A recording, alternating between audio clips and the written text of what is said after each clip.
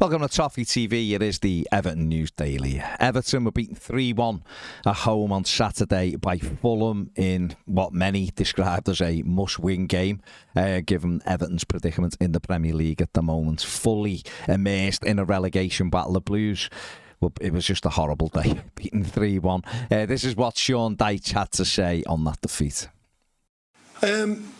Mixed thoughts in the sense of first 15-20 didn't start well, bit edgy, bit nervy feel to the performance, and then scored a really good goal, changed the shape, which was effective, scored a really good goal, and then the whole performance changed, and I think we were very strong for the rest of the first half. Two really important chances go astray, and then you come in on the front foot, as we sort of say, and the feel of it, the energy in the stadium's, so positive. And we actually started the second half well, and then when they scored a goal out of something we should deal with, quite obviously, and then the performance changed, and that's something that we've got to correct really quickly, because generally there's been good strides forward here, but that's a step backwards, because after that goal, we never really got back into the game. We never really, huffed and puffed in some moments, but not really the quality moments it needs to go and take on a performance to win.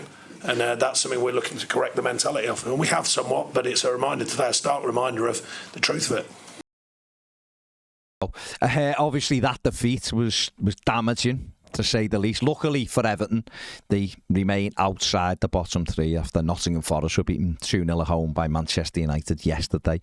Lots of Evertonians are very, very worried, and rightly so. The manager was asked about whether he was worried about Everton staying in the Premier League. This is what he had to say on that subject. No, it's no different to the challenge when I got here. Everyone told me they were gone when I got here. So we've corrected that idea, and now it's about taking the rest of the season on, with the open-mindedness to go. And there's a saying I have, you've got to make things happen. Don't wait for them to happen. And the second half, we kind of drop back into that waiting for something to happen. And generally we haven't done that since I've been here. There's been an energy and an edge to a performance to go and make it happen for ourselves. And I just felt after their goal, we dropped into that waiting for something to happen. And football doesn't work. Well, now and again you get a lucky one. I've spoken about that recently. Now and again you get a lucky one. But generally, that's not how it works. You've got to make things happen. And we stopped trying to make things happen after their second goal went in. A really poor third goal. But at the end of the day, the change in the performance was there before the third goal. There you go. I'm still worried, of course. The manager was asked for some injury updates. Obviously, Saturday saw us without Dominic Calvert-Lewin again. Wasn't in the squad. No Amadou Onana, he was missing as well. Seamus Coleman, got a hamstring injury as well. We need these players available. We're going to need every bit of help we can get. Sean Dyche was asked for some injury updates on those players I've mentioned. This was his answer.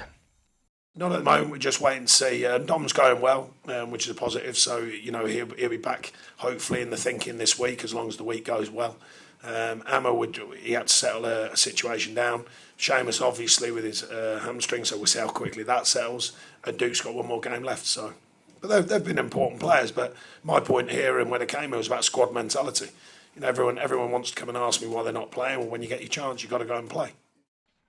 And then following on from that, the manager was asked, obviously, listen, last season the fans got together and were tremendous, the bus welcomes and everything else, and it dragged Everton over the line, and we managed to stave off relegation. And, on Saturday, I think people were questioning, a couple of pundits, it's up to the crowd to get the place buzzing and all that. But I think the Everton fans have stuck with this team constantly, and he did on Saturday at times. It can't always be, the place absolutely rocking. The team have to match that. And Sean Dyche was asked about whether, the fans could do more. This was his response to that question. To be honest, one thing for sure is I won't be questioning the fans here, because since I've been here, they've been absolutely amazing. Everyone knows that. And as soon as we scored, they got right behind the team. But it's a dual thing anyway, fans. I said when I got here, we've got to give them something and they give us something back, or vice versa. They sometimes give you something as a team and the energy. But it's a dual responsibility, and we started a bit edgy. They started a bit edgy. We scored. Well, they scored, we scored. And then they erupted and got right behind it. And then that sort of thing. So, and after their second goal, we didn't give them enough to go on. You've got to give the fans something to go on. So I won't be questioning that. The away form was poor for the last 2 years. There's no point, I can't brush that away. That's the truth. So you've got 2 years of correction. So what we've been trying to do is correct the mentality of away form and the performance level, because they're hand in hand. So that's the challenge. It's been there for 2 seasons. So that's the correction that we're looking for. It's work. It's constant talking with the players, constant work on the training ground, and building that mentality. And I must remind you, games like today are hard. There's no 2 ways about it to take, and the results I'd say. But there has been definite steps forward with that. They've been quite obvious. Everyone's been speaking about it. So a correction today in that needs to be corrected back the other way, because there has been strides forward from some of these players. The mentality, taking performances away from home as well. Today was a start reminder. You've got to start it all the time. And another word I've been using all the time is consistency. During a performance, not just consistency every week. I mean, actually during the 90 minutes, our consistency wasn't there today. There you go, Sean Dyche there, talking about the fans. Everton today have been linked with a takeover from a different group other than MSP. 777, which is a Miami-based investment firm, apparently are in talks about a full takeover with Farhad Moshiri. The MSP stuff is about investment into the club, isn't it? A partial investment or partial purchase of shares. The story today that's doing the rounds again from 777, and they have been involved for a while, or certainly shown an interest for a while.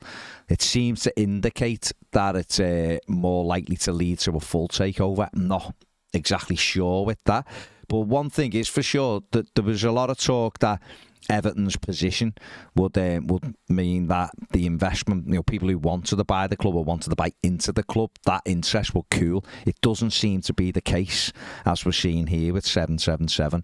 They've already invested in sports teams as well. The Berlin thing being the latest one. Obviously we've talked about MSP and what they bring to the table. It seemed as though Farhad Moshiri was looking for money to come in just to finish the stadium. So, and he has been consistent, I think, in saying that it isn't fully for sale, but just wondering where this story's come from today in terms of it being leading to a full potential takeover of the football club. I wonder if there is any grain of truth in that, whether Moshiri is just looking now and thinking it's better to cut me losses. Obviously, this story will run until one agreement is signed with one of these companies, but quite clearly that investment talk and investment into Everton, or takeover if you like, is still ongoing and progressing, and there may be some news over kind of like the next 3 to 4 weeks, so see what happens with that one. And finally, Everton are apparently considering a move for Aberdeen striker Luis Lopez, otherwise known as Duck. He has scored 18 times this season for Aberdeen. Everton scouts were present on Friday night when he scored the winner for Aberdeen in their 1-0 win over Ross County. It was his 16th league goal of the season. That is it for the Everton News Daily. Give the video a thumbs up, subscribe if you haven't, and if you want to become a Toffee TV Premium member, easy for me to say, the link is in the description and the QR code will be on the screen in about 2 seconds. Thanks for watching. See you later.